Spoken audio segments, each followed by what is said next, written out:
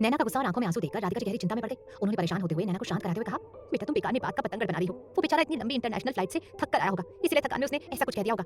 नैना बोली, मैं अब उसके बारे में कोई बात नहीं करूंगी, न सुनूंगी। मैं अब उस हवेली में नहीं जाने वाली। राधिका जी ने बेबसी से मिन्नत करते हुए कहा, अभी सिर्फ एक तो दिन की ही तो बात है, तुम्हें वहां जाना ही पड़ेगा बेटा। आज छोटी रूही की तबीयत बिल्कुल भी ठीक नहीं है। अपनी मां की लाचार विनती सुनकर भी नैना का दिल नहीं पिघला। उसने गुस्से से कहा, बिल्कुल नहीं मां, मैं बिल्कुल भी उस ठाकुर में कदम नहीं रखूंगी। राधिका जी ने बेबसी से बहू अनीता की तरफ देखा। अनीता ने तुरंत तीखे स्वर में कहा, अगर तुम्हारी इज्जत की वजह से हम लोग भी अपने काम से छुट्टी लेकर बैठ गए तो घर का राशन और तुम्हारी पढ़ाई का पैसा कहां से आएगा? इसीलिए चुपचाप कल सुबह काम पर चली जाना। भाभी की ये कड़ी बात सुनकर नैना की आंखों से आंसू बहने लगे। अब उसके पास अपने स्वाभिमान को ताक पर रखकर दोबारा ठाकुर विला में कदम रखने के अलावा और कोई चारा नहीं बचा था।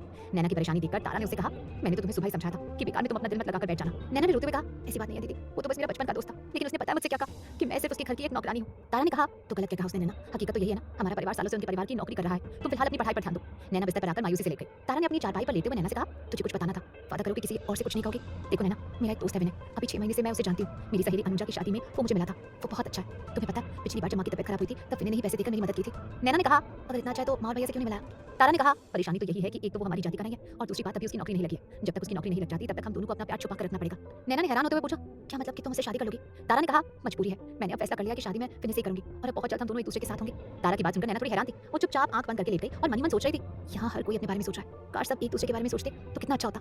एक तरफ नैना प्रियांश से परेशान थी, दूसरी तरफ प्रियांश अनिल के साथ एक क्लब में पहुंच चुका था। वहां उसकी मुलाकात सुहाना से हुई, जिससे वो पिछले 6 साल से रिलेशनशिप में था। सुहाना ने उस पर शादी का दबाव बनाते हुए कहा, मेरे ऊपर डैडी का बहुत प्रेशर है, मैं सच कह रही हूं प्रियांश, अगर मेरी शादी तुमसे नहीं हुई तो मैं मर जाऊंगी। प्रियांश ने उसे समझाते हुए कहा, मेरे डैडी और तुम्हारे डैडी में बिजनेस राइवलरी चलती है, मुझे थोड़ा समय दो सुहाना, बहुत जल्द मैं सबको मना लूंगा। काफी देर तक पार्टी चलने के बाद प्रियांश और सुहाना नशे में धुत होकर क्लब से बाहर आए। सुहाना ने ड्राइवर अनिल से कहा, आप मुझे होटल ब्लू लाइट ले चलिए, हमने वहां पर एक रूम बुक किया है। पीछे बैक सीट पर दोनों एक दूसरे से सटकर बैठे अपनी बातें कर रहे थे, जिसे देखकर अनिल को बहुत बुरा लगा। होटल पहुंचकर प्रियांश ने लड़खड़ाती जुबान से अनिल से कहा, आपको यहाँ रुकने की जरूरत नहीं है, अगर मेरा मन किया तो मैं कैब लेकर आ जाऊंगा। अनिल उसकी बात मानकर गाड़ी लेकर ठाकुर विला पहुंचा। यशोधरा जी ने दरवाजा खोला और पूछा, प्रियांश कहाँ है? अनिल ने कहा, मैडम सराज रात अपने दोस्तों के साथ है, उन्होंने मुझे घर जाने को कह दिया। यशोधरा जी ने दुखी होकर कहा, अनिल प्रियांश की आज की बदतमीजी के लिए मैं तुमसे माफी मांगती हूँ। राधिका से कह देना कि उसने आज नैना के साथ थोड़ी बदतमीजी कर दी, वो उसे माफ कर दे। अनिल ने हाथ जोड़कर कहा, माफी मांगने की जरूरत नहीं है मैडम, हम जानते हैं सब में बचपना है। चाबी पकड़कर अनिल अपने घर पहुंचा जहां सभी लोग आंगन में बैठे हुए थे। राधिका ने खाना परोसते हुए कहा, आज बहुत देर हो गई। अनिल ने कहा, हाँ बस प्रियांश सर के साथ सारा दिन था। वहां का माहौल देखकर नैना ने अनिल से कहा, भैया मेरे एग्जाम आ रहे हैं, फीस भरनी है, पैसे चाहिए। तभी भाभी अनीता ने भी अपने भाई के बेटे के जन्मदिन के लिए पैसों की मांग कर दी। अनीता की बात सुनकर अनिल खामोश हो गया और उसने इशारे में नैना से चुप रहने के लिए कहा। खाना खत्म करने के बाद जब सो गए तब अनिल चुपचाप नैना के कमरे में आया। उसने उसके तकिए के नीचे उसकी फीस के पैसे रखते हुए धीरे से कहा, सुबह ले लेना, तकिए के नीचे पैसे रखे हैं, फीस जमा कर देना।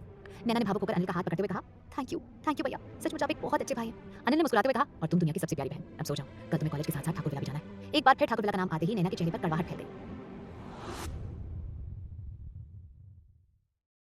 अनिल ने जब नैना को अगली सुबह ठाकुर विला जाने को कहा तो उसके चेहरे पर कड़वाहट आ गई। दूसरी तरफ होटल ब्लू लाइट में प्रियांश सुहाना के साथ होटल में ड्रिंक ले रहा था। वहीं अर्जुन भी अपने कुछ दोस्तों के साथ उसी होटल में बैठा हुआ था। अर्जुन दूर से प्रियांश और सुहाना को देख रहा था और एक बार फिर प्रियांश को देखकर उसके चेहरे पर नफरत के भाव फैल गए। अर्जुन उठकर प्रियांश के पास जाने लगा। अर्जुन के दोस्त आकाश ने अर्जुन से कहा, कहाँ जा रहे हैं आप सर? मैं जानता हूँ कि आप ड्रिंक नहीं लेते हैं, लेकिन हमारा साथ तो दे सकते हैं ना। अर्जुन ने आकाश की तरफ देखते हुए कहा, पहली बात तो तुम मुझे आप कहना बंद करो, हम तुम्हारे बॉस नहीं हैं, हम तुम्हारे बचपन के दोस्त हैं। हमें अर्जुन बुलाओगे तो हमें ज्यादा अच्छा लगेगा। और दूसरी बात, तुम लोग मजे करो, हम जरा किसी के रंग में भंग डालने जा रहे हैं। वो क्या है ना कि हमारी आदत है ना, हम खुद सुकून से बैठते हैं ना किसी और को बैठने देते हैं।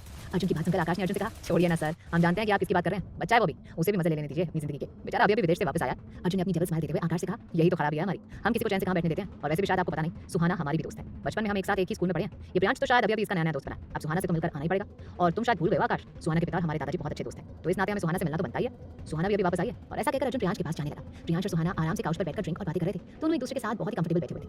अर्जुन अचानक से उनके सामने जाकर खड़ा हो गया। ऐसे अचानक अर्जुन को अपने सामने देखकर प्रियांश को एक बार फिर गुस्सा आ गया। उसने अपनी आंखें चढ़ाते हुए अर्जुन से कहा, शायद आप में मैनर्स नहीं है, यहाँ पर कोई प्राइवेटली बैठा हुआ है और आप अपना मुंह उठाकर हमें डिस्टर्ब करने आ गए। ये आपका ऑफिस नहीं है और ना ही यहाँ पर हमारी कोई मीटिंग चल रही है, तो आप बताएंगे कि आप यहाँ क्यों खड़े हैं? अर्जुन ने अपना प्रियांश की तरफ देखे, सुहाना की ओर अपना हाथ आगे बढ़ाते हुए कहा, हाय सुहाना, लगता है हमें भूल गई आप। अर्जुन को देखकर सुहाना ने पहले तो अपनी भाभी से घूरी और फिर थोड़ी ही देर बाद अपनी आंखें बड़ी करते हुए कहा, उसने मुस्कुराते हुए अर्जुन की तरफ अपना हाथ बढ़ाते हुए, ओह गॉड अर्जुन तुम हो?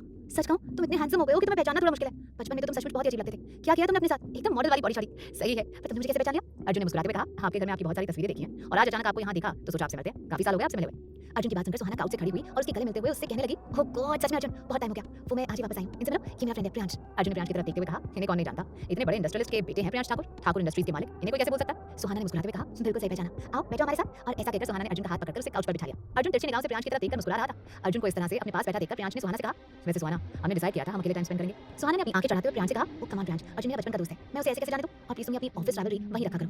प्रियांश का मुंह देखकर अर्जुन ने सुहाना से कहा, अरे ऐसी बात है तो प्लीज एक्सक्यूज मी, आप लोग एंजॉय करिए, हमारे फ्रेंड्स वहां पर हमारा वेट कर रहे होंगे। सॉरी सुहाना, वो तो हम बस आपको देखकर यहाँ आ रहे थे, माफ करना, हमें पता नहीं था कि आप दोनों इतने अच्छे फ्रेंड्स हैं और यहाँ अलोन टाइम स्पेंड करने आए हैं। Really sorry Suhana, I didn't want to disturb you both. और ऐसा कहकर अर्जुन वहां से जाने लगा। अर्जुन को वहां से जाते हुए देखकर सुहाना को बहुत बुरा लगा। उसने चिढ़ते हुए प्रियांश से कहा, व्हाट इज दिस प्रियांश, तुम्हें मेरे दोस्त के साथ इस तरीके से बिहेव नहीं करना चाहिए था, वो बहुत अच्छा लगता है। और फिर देखते ही देखते प्रियांश और सुहाना की बातचीत बहस में बदल गई। अर्जुन ने दोनों की बहस देखकर दूर बैठे बैठे मुस्कुरा रहा था। आकाश ने अर्जुन से कहा, हो गया आपका काम, यही करने गए थे ना आप? अर्जुन ने मुस्कुराते हुए कहा, ठीक समझा, करने तो यही गए थे, लेकिन अब दोनों को लड़ते हुए देखकर हमें खास अच्छा नहीं लग रहा है। वैसे कभी-कभी हमें लगता है कि हम टेबल बनते जा रहे हैं, क्यों है ना आकाश? और ऐसा कहकर अर्जुन जोर-जोर से हंसने लगा। प्रियांश आधी रात तक सुहाना के साथ समय बिताता रहा और उसके बाद वो कैब लेकर घर आ गया। यशोधरा जी अभी तक सोई नहीं थी। प्रियांश के आने पर उन्होंने दरवाजा खोला और परेशान होते हुए प्रियांश से कहा, तुम्हें हो क्या गया प्रियांश? जब से आए हो बदले-बदले लग रहे हो तुम। तुम कभी भी ऐसा तो नहीं करते थे बेटा। प्रियांश के मुंह से ड्रिंक की स्मेल आ रही थी। उसने धीरे से यशोधरा जी से कहा, मॉम मुझे नींद आ रही है, हम सुबह बात करेंगे। और ऐसा कहकर प्रियांश अपने कमरे में चला गया। यशोधरा जी उसे जाते हुए देखती रही लेकिन उससे कुछ कह नहीं पाई। परेशान होकर वो भी अपने कमरे में आकर लेट गई। सुबह हो चुकी थी और यहाँ नैना सोच में बैठी हुई थी कि वो क्या करे। राधिका जी ने नैना से कहा, जल्दी से तैयार हो जा, नाश्ते के लिए देर हो जाएगी। इससे पहले कि नैना कुछ कहती अनीता वहां आ गई थी और अनीता को देखकर नैना चुप हो गई। अनिल भी नाश्ता करते हुए नैना से कहने लगा, तुम तैयार हो जाओ, मैं तुम्हें हवेली छोड़ दूंगा। नैना बेमन से तैयार होकर बाहर आ गई थी। उसने अपना बैग उठाया और फीस के पैसे भी अपने बैग में रख लिए थे और वो अनिल के साथ गाड़ी में बैठ गई। उसने अनिल से कहा, अगर आपको बीच में समय मिले तो मुझे कॉलेज के लिए छोड़ दीजिएगा, मुझे आज फीस जमा करनी है। अनिल ने नैना से कहा, तुम बिल्कुल परेशान मत हो, मैं आ जाऊंगा। अनिल नैना को लेकर ठाकुर विला पहुंच चुका था। नैना ठाकुर विला के सामने खड़ी हुई थी और बाहर खड़े हुए ऊपर से नीचे तक उस बंगले को निहार रही थी। वो मनी मन सोच रही थी, कितना बड़ा बंगला और उसके मालिक का दिल इतना छोटा। कितना बदल गए हो तुम प्रियांश। कहां तुम्हारे आने की खुशी मुझे पागल कर देती थी और आज तुम्हारे आने पर मैं सबसे ज्यादा परेशान हूं। पहले मैं ठाकुर विला आने के लिए तरसती थी, तुमसे मिलने के लिए तरसती थी, लेकिन अभी से ठाकुर विला में आने से मुझे डर लग रहा है। तुम्हारा सामना करने से मुझे डर लग रहा है। अभी नैना बाहर खड़े होकर यही सब सोच रही थी कि तभी अनिल ने उसे टोकते हुए कहा, क्या हुआ, क्या सोच रही हो? अनिल की आवाज सुनकर नैना की तंद्रा भंग हुई। वो अपना बैग कंधे पर संभालते हुए ठाकुर विला के अंदर जाने लगी और मनी मन अपने लिए भगवान से हिम्मत मांग रही थी। नैना अपना बैग कंधे पर संभालते हुए ठाकुर विला के अंदर आ गई। सुधा उसे देखते ही बोली, ये गर्मा गर्म कॉफी लो और उनके कमरे में ले आओ। जैसे ही सुधा ने प्रियांश को कॉफी देने के लिए कहा, नैना ने झिझकते हुए सुधा से साफ कहा, नहीं, मैं ये कॉफी उन्हें देने बिल्कुल नहीं जाऊंगी। सुधा ने नैना का हौसला बढ़ाते हुए कहा, कोई बात नहीं नैना, वो तुमसे अब कुछ नहीं कहेगा और अगर वो कुछ कहे भी तो सीधे कह देना कि ये कॉफी